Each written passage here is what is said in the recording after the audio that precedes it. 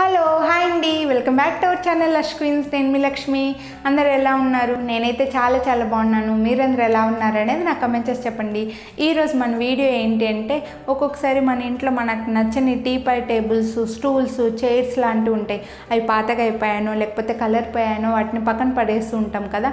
అలా పక్కన పడేయకుండా వాటికి పెయింటింగ్ చేసి, డిజైనింగ్ చేసి రీయూస్ చేసుకుంటే ఎలా ఉంటుంది అని చెప్పేసి నేను మా ఇంట్లో నాకు నచ్చని టీపాయ్ టేబుల్కి పెయింటింగ్ చేసి డిజైన్ చేశాను అనమాట. మీరు కూడా ఇలా ఏదైనా పక్కన పడేసిన వస్తువుల్ని ఇలా పెయింట్ చేసుకొని డిఫరెంట్గా యూజ్ చేసుకుంటారు అని చెప్పేసి నేను ఈ వీడియో చేస్తున్నాను అనమాట. మరి నేను ఎలా పెయింటింగ్ చేశాను అనేది చూడాలనుకుంటున్నారా? మరి లేట్ చేయకుండా వీడియోలోకి వెళ్ళిపోదాం.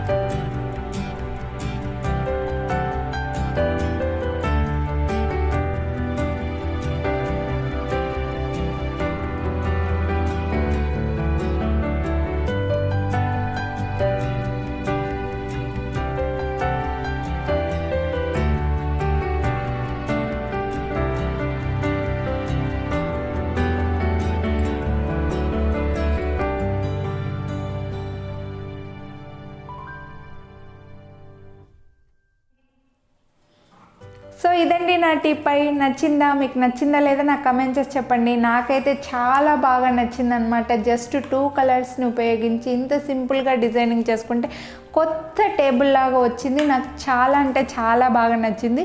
హోప్ మీకు కూడా నచ్చుతుందని అనుకుంటున్నాను. మీకు నచ్చిందా లేదా నాకు కమెంట్ చేసి చెప్పండి.